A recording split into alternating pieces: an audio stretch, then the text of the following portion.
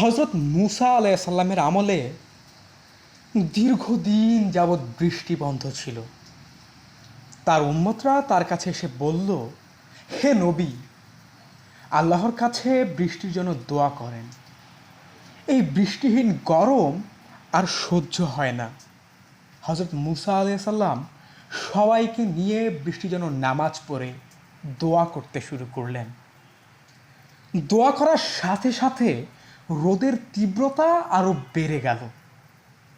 হজরত মুসা আলাইসাল্লাম অবাক হলেন। তিনি জিজ্ঞেস করলেন, আল্লাহ, বৃষ্টির জন্য দোয়া করলাম, তুমি রোদের তেজ বাড়াইয়া দিলা।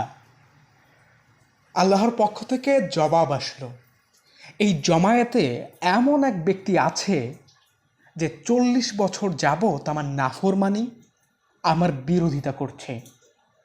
একটি দিনের জন্য ও আমার বাধ্য হয়নি, তার কারণেই বৃষ্টি আসা বন্ধ আছে।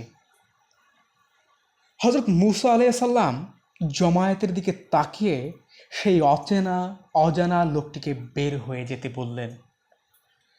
সেই লোকটি ভাবল, এখন যদি বের হয়ে যাই তবে সবার সামনে পাপী হিসেবে লজ্জা পাব, আর যদি থাকি তবে বৃষ্টি আসা বন্ধ থাকবে। নিজের ইজ্জত বাঁচানোর স্বার্থে সে আল্লাহর কাছে দোয়া করল, আল্লাহ, 40 বছর আমার পাপ গোপন রেখেছেন, আজকে সবার সামনে বেইজ্জতি করবেন না, ক্ষমা চাচ্ছি।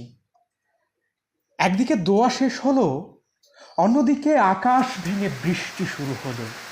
হজরত মুসা আলাইহিস সালাম আবারও অবাক হয়ে জিজ্ঞাসা করলেন, আল্লাহ, কেউ তো জমায়েত থেকে বের হলো না, তবে বৃষ্টি দিয়ে দিলা যে?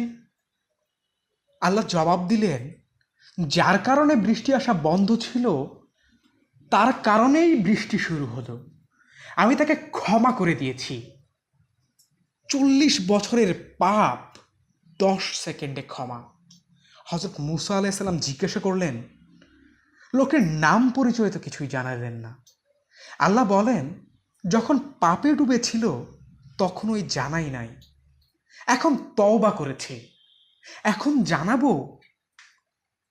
পাপীদের পাপ আমি যথাসম্ভব গোপন রাখি, এটা আমার সাথে আমার বান্দার নিজস্ব ব্যাপার। অথচ আমরা নিজেরা পাপী হয়েও প্রতিদিন, প্রতি মুহূর্তে কারো না কারো নামে বদনাম, গীবত করতেই থাকি। আল্লাহ আমাদের সকলের ছোট বড় সকল পাপ মাফ করে দিন। আমিন।